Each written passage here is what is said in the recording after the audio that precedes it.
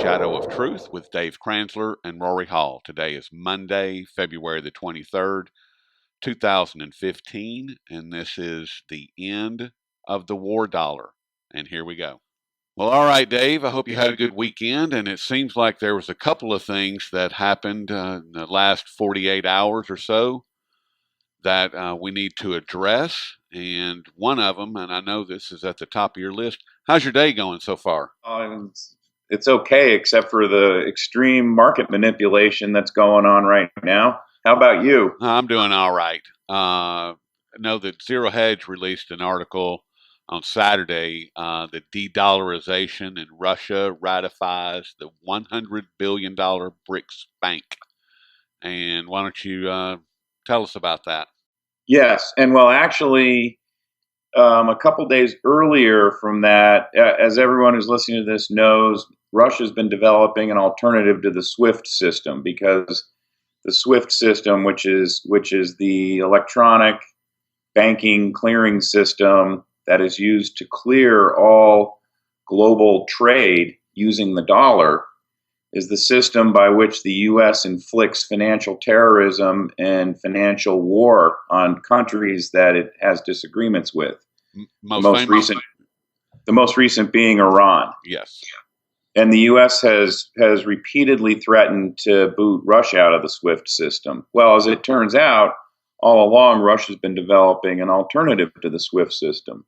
And everyone knows it was going through beta testing. And I think the original rollout date was for this summer. Well, as it turns out, Russia rolled it out and went live last week. And the significance of this is that it's going to give the entire world an alternative to using the dollar for trade clearing.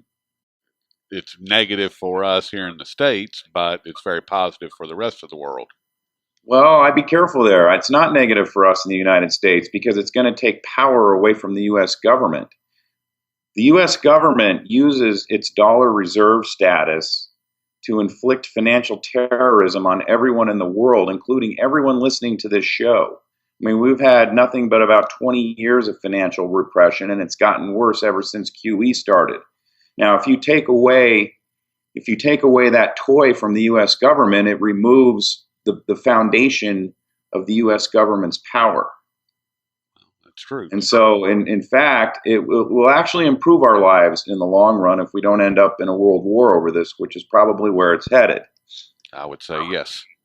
And then as a follow-up to the SWIFT system, which that's huge, and it's not getting any coverage in the U.S. media, of course, because of the significance of it. It's basically Russia's latest attempt, and they're supported by China on this and probably most of the rest of the world. It's the latest attempt to dislodge the dollar's reserve status. And that's a whole process that's going to take time, but Russia just accelerated the process. And then secondarily, the Russian parliament or Russian government approved the funding of the BRIC Development Bank. Yes.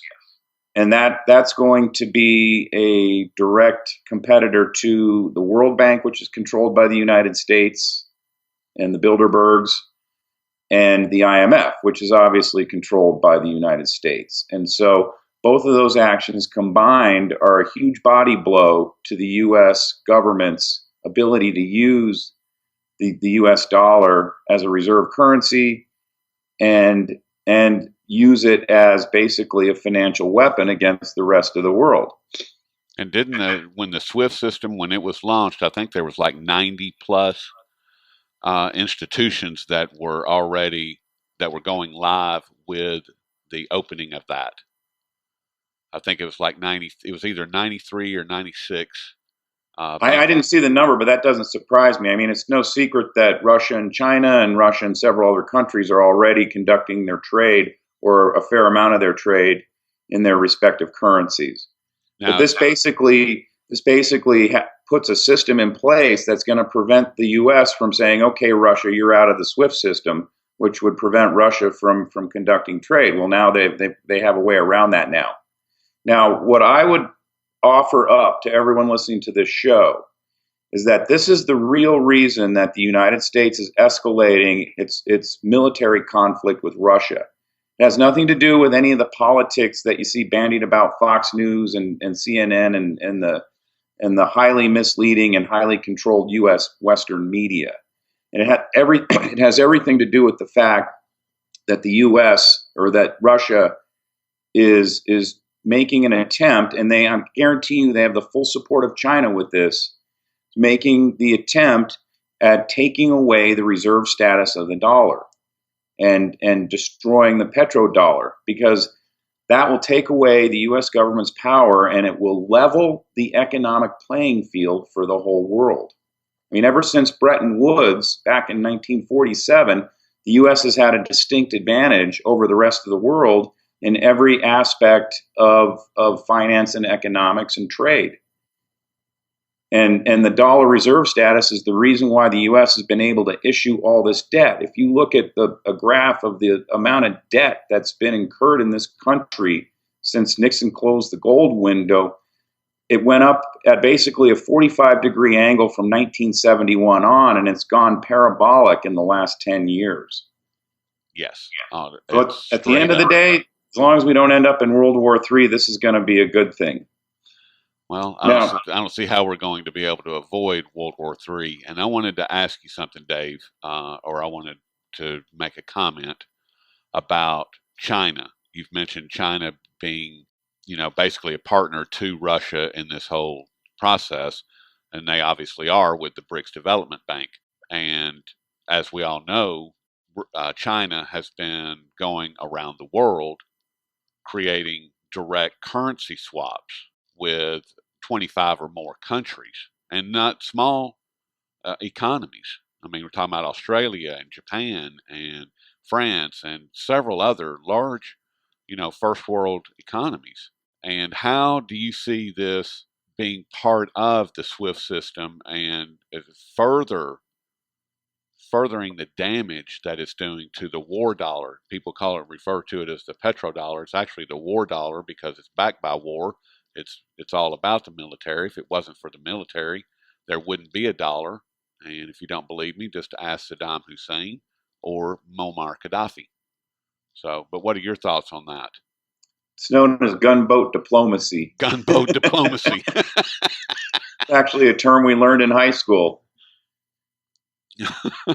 But how do you see as far as China working these different direct currency swaps? Well, it's the same thing. It's just another way of going around using the U.S. dollar as the trade settlement mechanism and using the SWIFT system as the trade settlement mechanism. But why don't we go after China the way we've gone after Russia? Because China has a much bigger financial weapon than Russia does. Russia has about 120 billion in U.S. Treasury holdings. China has 1.2 trillion in U.S. Treasury holdings. And I believe that Russia, in this whole process, dumped about 20% of their holdings. They've been making no secret that they've been unloading their treasuries, which ironically they were selling treasuries at a time when it was rumored that they were selling gold, when in fact they were buying gold and selling treasuries. Now, as far as China goes, piling hard assets, and specifically and especially physical gold. And I'm sure everyone's been wondering, how, what, and why China's been accumulating so much gold. And of course, we're not going to know how much they do until they roll out a new currency system. But my view on it has been that they're accumulating gold. And by the way, their gold imports are up 17% year to date, year over year. That's significant. Yes. But my view on this is they know that they can't unload all of their treasuries without trashing the market. And so they're accumulating gold, et cetera, as a hedge against the time when the dollar plummets and those treasuries become worthless. And part of the reason why they don't want to unload those treasuries is right now with the U.S. manipulating gold and silver the way they are, it's giving China a huge window to accumulate as much cheap gold as they can. And they can just sell a handful of treasuries and buy a handful of gold in its place. They're buying more than a handful of gold. Well, I And understand that, but it's yeah. just Now, what most people probably aren't aware of is that when the U.S. rolled out the Operation, what was that called? Operation Twist. Remember Bernanke did Operation Twist? It was part of QE2. yes. Okay. Well, at the same time, China also had a boatload of Fannie Mae and Freddie Mac agency paper. So what happened there was China basically said, "Get us out of this paper," and the U.S. said, "Okay, but you need to swap it for treasuries." And for a while, China's treasuries holdings went up a bit. But what they did was they swapped out of all of that agency paper and bought treasuries, and that's what helped the Fed conduct the Operation Twist operation, Hmm. because the Fed was selling short-term treasuries that it had accumulated in QE1 and was buying longer-term treasuries, which was the twist part, and basically allowed them to push the yield at the longer end of the curve down. But it also gave China a bid, or gave China supply to buy in order to do that swap where they sold agency paper into the Fed, and then the Fed passed along some of that intermediate term treasury paper into China. So basically, China was able to get rid of their absolute uh, toxic waste and trade it for merely radioactive waste. Exactly. So the second item here is that I'm sure everyone's been watching the markets. Gold and silver popped up really nicely earlier this morning on the back of just horrific economic news. The Dallas Fed Manufacturing Index literally plunged. Existing home sales for January plunged. I think there was a few other pieces of economic information out that were very negative. And right after that news was released and absorbed by the market, the Fed went to work pushing up the S&P 500 and smacking the metals. Well, that's what they do. Yes, and this another just a completely artificial smack. And you have to wonder, with India. India is ramping up its gold imports like crazy right now. Obviously, China's up 17% year to date. You have to wonder, where's all this supply coming from? Well, it's paper gold supply that's supplied on the COMEX, because these smacks primarily occur only when the COMEX is open and Asia is asleep. Asia is the physical metal bid in the market, and when they go to sleep and the COMEX opens, they can print up paper gold contracts and dump them on the market. And that's exactly what happened today. Well, if China is up 17% year to date, and India has just relaxed their taxation, that's now confirmed, and the festival season is starting in India. I mean, they could be up 10+% by the time that the festival season ends. I mean, is that realistic or? I think India will be up more. But I mean, for me, what the point is I want to make here is that, I mean, the only thing the U.S. government has left right now is to keep the S&P 500 propped up and to smack the metals. And at some point, they're going to lose control of the metals. But it just gets to be irritating because this happens day after day, and it's completely artificial. Well, unfortunately, we just have to live with it until we don't. I mean, and hopefully the time when we don't have to live with it is coming sooner than later, because Well, I'm sick of it as you are. it's hard to pinpoint the timing on this, but I will say that, and the housing numbers out today confirm this. The seasonally adjusted annualized rate number that the National Association of Realtors vomits out every month showed only a 5% drop in home sales from December to January. But if you go into the report itself, they also show what a section called the unadjusted monthly sales. December to January plunged over 30%, and it's the largest plunge from December to January that's occurred in the last 2 years, and actually by far. and it's the drop off in home sales that we're seeing is consistent with the same type of plunge that we've seen in the price of oil and in the Baltic Dry Index, and also in other commodities. And it points to the fact that the U.S. economy is really starting to collapse now.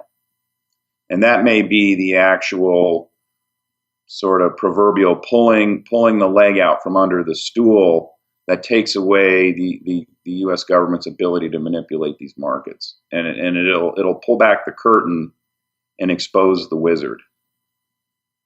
Like I said, I hope that it's more sooner than later. I think it could happen this year, and it could happen by this summer. But again, I'm not going to put any time frame on it. Well, I'm still sticking by my call, though, that silver will be the best investment of 2015. And I believe that with everything that you just said, in conjunction with the longshoremen's strike on the West Coast, with all that product being held up, the shelves are going to start running thin. They're going to have to.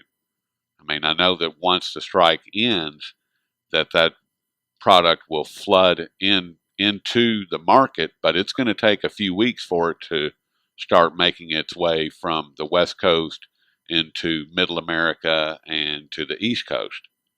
It's going to take a few weeks for that to happen. And that's going to exacerbate everything that you just said, right? Well, it will, but again, that's a temporary effect. I understand, but we're already broken. If something is already broken, if you've got a broken leg and you continue to walk on it, it's going to make it worse. And that's the way that I see it, is that the system is already broken.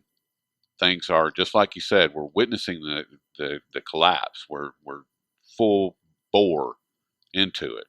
And if you don't see it, then I feel sorry for you. But these items that we've just talked about, the Russian SWIFT system, the BRICS Development Bank, the fact that China has been at least 2 years working on these direct currency swaps, the fact that the housing market has never recovered, the fact that we are in a jobless recovery, the fact that the United States government has been paying all of its bills with fictional money, with fictional digits on a screen that, I mean, even Greenspan recognized it. I mean, he said on television a couple of years ago, that the United States will always be able to pay its bills because it can simply print the money. Well, I think that all of those things are coming to a head, and with the fact that the shelves are getting ready to start running dry, and even though it will be temporary, and I believe that it's going to further expose the nightmare that is unfolding right in front of us. And you left out the most important indicator of U.S. desperation: the continuous, nonstop repression of gold and silver prices using paper gold and silver. And that, when that blows up, it's going to really blow up badly in the government's face. But that's not going to happen until China decides that it's going to happen. Oh, I think it'll happen before that. And it'll happen in a way so that the U.S. can't point to China and blame it on them. Well, yeah, I can buy that, because China doesn't want any fingers pointing at them. But now they have a scapegoat in Russia in unleashing the SWIFT system, because that is going to, as you pointed out, that's going to put a major hurting on the war dollar, period. So, but is there anything else that we need to touch on, Dave? No, it's actually, we've talked about more than I expected, but it's all important stuff.